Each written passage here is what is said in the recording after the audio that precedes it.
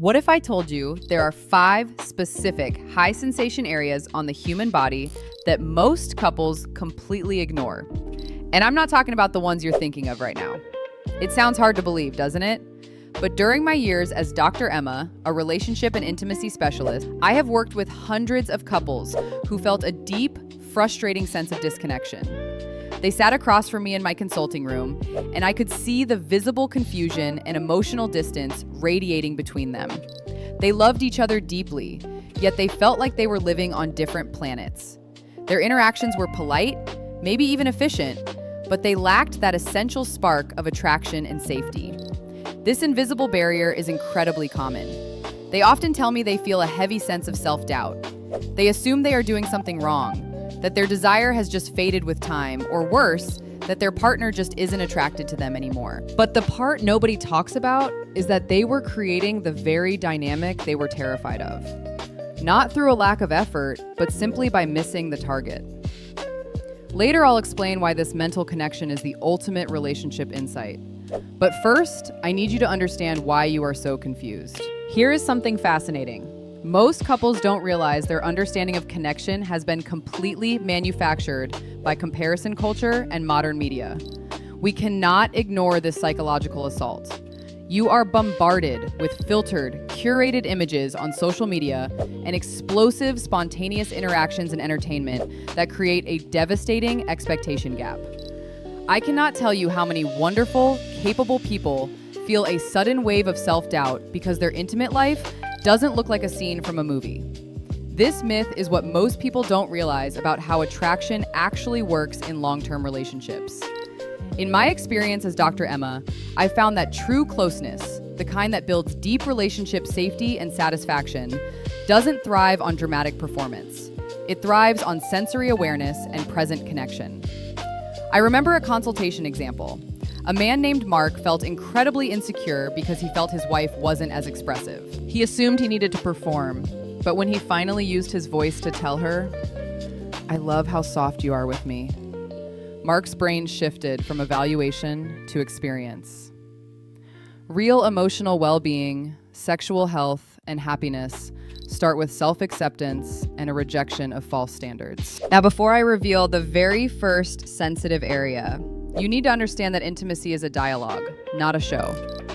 I tell my patients all the time, the single most important tool you have to improve confidence, satisfaction, and connection is your sensory focus. If you allow self-criticism to dominate, you will only see relationship distance. This next insight changed how I view relationships. The most powerful form of intimacy isn't built in intense, rare moments. It's built in the tiny, daily decisions to be present and responsive. It is built in the trust you establish before the lights go down. A powerful relationship insight is that your partner isn't just interacting with your physical body. They are interacting with you. But the psychology behind this first area is fascinating. Most couples completely miss the neck. But here is where things get truly interesting. The neck has a massive concentration of nerve endings, and yet most couples completely miss it. As a relationship educator, I've noticed a strict authority in my patients when they understand the scientific details. We move away from magic towards mechanics, and that gives them confidence. They treat the neck like it's just transportation for the head. Why? Often, it's because it feels too simple, or perhaps it feels too romantic, and it chooses silence. I have sat with many couples who were struggling, and I remember a specific consultation example where we focused on soft touch on the neck while simply making eye contact. The result? Total visual relief. A client recently was convinced his worry about physical performance was making him avoid intimacy. He assumed he needed complicated techniques. We did communication training. We didn't do any physical acts. We just prioritized sensory feedback on his neck. His wife's response was not what he feared. Using warm oil and just descriptive appreciation for how his skin felt changed their entire psychology. The neck isn't dirty talk. It is true talk about desire and vulnerability. But if you're worried, that's where things get interesting. And that is exactly where we need to discuss the second area that is constantly skipped, your voice. This leads us to the crucial role of your voice and breath, which most people never realize are foundational tools for connection. Many couples tell me they only feel ready when things seem dramatic. But the most powerful form of intimacy isn't built in elaborate routines or expensive fix-it programs. It is built on simple communication and present connection. Is it possible that you've been making things too complicated regarding connection because you are afraid of the judgment of a phantom audience? That invisible voice in your head telling you aren't doing it right? In my experience as Dr. Emma, I sit across from capable, successful, wonderful couples, and they are struggling. Their brain is so flooded with performance pressure that their actual presence just vanishes. The single most powerful tool you have to improve intimacy is to narration of desire. Tell your partner what you love. Be specific. It pairs a genuine compliment with a physical sensation. Have you ever noticed that when you nourish desire, it feels risky? It's technically engaging in the foundations of true closeness. It creates relationship safety. We often allow external standards to dominate our perception, rather than prioritizing real connection. We settle for relationship distance because the risk of vulnerability feels too high. But you cannot have intimacy without vulnerability. It's not a bug, it's a feature. But that's only the beginning. And before I reveal the third area, I need you to understand why this performance trap is what most people don't realize about how attraction actually works. Most couples completely miss the fact that your breath is your tether that connects you to your partner's nervous system. It triggers a chemical response that is powerful. If you allow self-criticism to dominate during moments of connection, your breath gets shallow and fast. I remember a consultation example. A woman named Sarah was convinced her worry about how she was performing was making her avoid intimacy. She was so busy in her own heads monitoring how she was looking that she missed all the sensual cues from her partner. It chose silence. We didn't do complicated techniques. We did communication training. She used her voice, and her husband felt a massive surge of relief. It opened the door to experimentation and a connection they never thought possible. A powerful relationship insight is that intimacy is not a performance.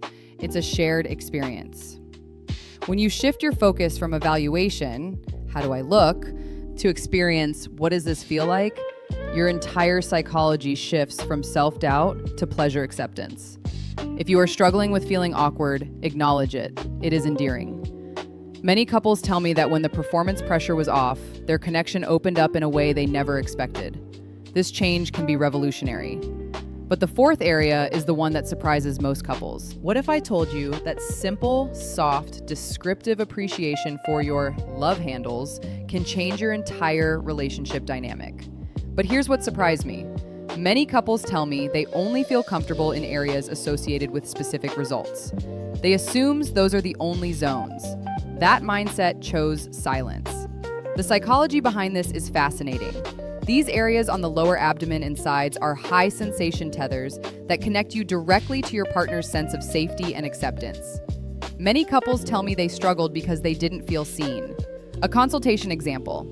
A man was extremely self-conscious and he had zero confidence. He was judging his body in a quiet state, not performance potential. He was treating intimacy like a performance in a park. When we prioritized descriptive appreciation for these high sensation zones outside of performance acts, his wife's response was not what he feared. She felt validated. The final insight completely changed how one couple viewed intimacy. It is about sensory focus and safety, not an explosive performance. I remember a younger man who came to me feeling incredibly insecure. His worry was a performance pressure wall. I often explain to my patients, intimacy is not a performance, it's a dialogue. Real emotional well-being, sexual health, relationship dynamics, and happiness start with self-acceptance, not external measurements. It starts with building an emotional, safe space where you can be yourself without judgment. But the fifth area is where things get really interesting. And it is the one area that shocked everyone I work with. But before I reveal the next area, there is something absolutely critical that you need to understand regarding anticipation. Most people never realize what happens when you narrate desire and build anticipation throughout the day, long before any physical touch. In my experience as Dr. Emma, I've seen countless times that true closeness isn't explosive, spontaneous, and effortless. It's intentional. It's built on a foundation of trust and sensory awareness. It's about a feedback loop. Many couples tell me they felt distant. The problem is a communication barrier that is built on myths and silently destroying intimacy in even the most loving relationships. But the good news is, you can fix it. You don't start with the intense stuff. You start with emotional safe harbor. Think about what we see in comparison culture. A pre-roll ad promising a shady fix. That is where the confusion starts. It's an industry that literally thrives on making you feel small. But here's the part nobody talks about. Falling for it only reinforces the self-doubt. The biggest relationship mistake many couples make is prioritizing performance over presence. Let me explain why your sensory focus is dynamic and why judging your performance potential based on a quiet state is a misconception. I remember a consultation example. Sarah's boyfriend wouldn't date. He wouldn't go to the gym. He was terrified of rejection and relationship fears before anyone got close. He felt incredibly insecure, radiating visible confusion. I watch them struggling. When they finally speak, it is a heartwarming, small voice that asks, "Is this normal, Dr. Emma?" They are talking about a lack of connection every time. Many of my patients have visible relief when they understand how simple psychological details about human behavior actually increase attraction.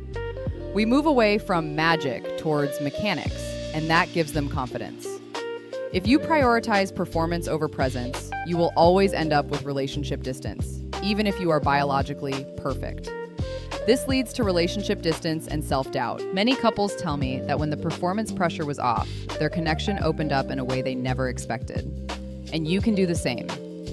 This video has unmasked the myths for you. You deserve to feel empowered, understood, and deeply connected. But that's only the beginning. Now here is where things get interesting. And we are ready for the fifth area that most couples completely skip. What has surprised me is how many couples treat the fifth area, the soles of the feet, like they are just useful transportation.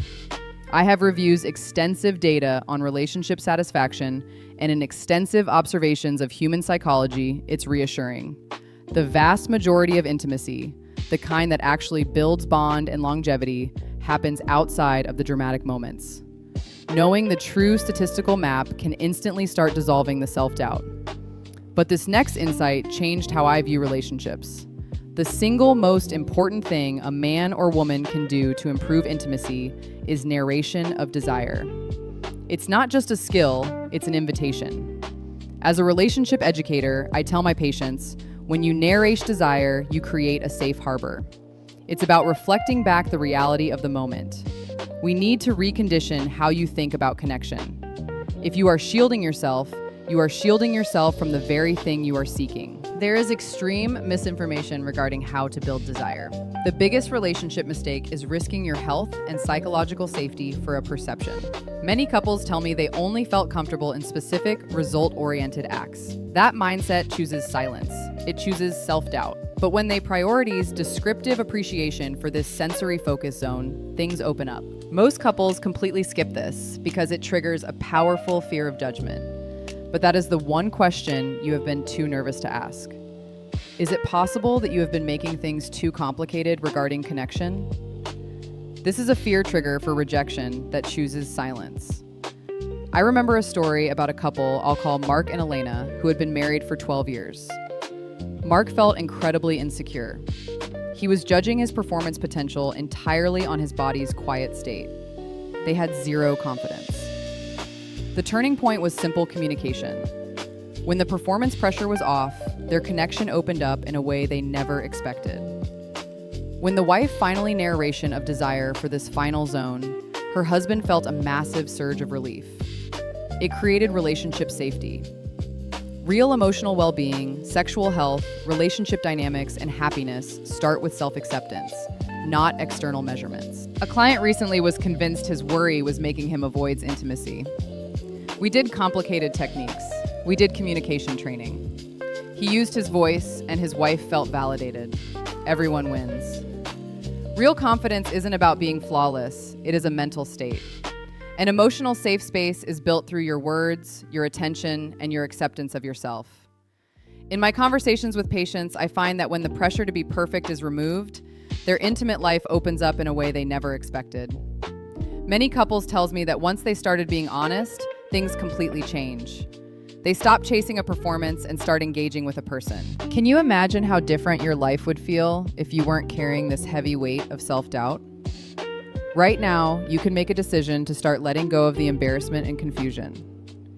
Can you imagine a relationship where you feel completely accepted, flaws and all, and you can just be yourself? This is what's waiting for you. This is the truth that most couples never hear. It's about psychology, connection, health, confidence, and human behavior. It's about you being enough, just as you are. Which of these areas has the biggest hold on you? Or what is the one question you have been too nervous to ask?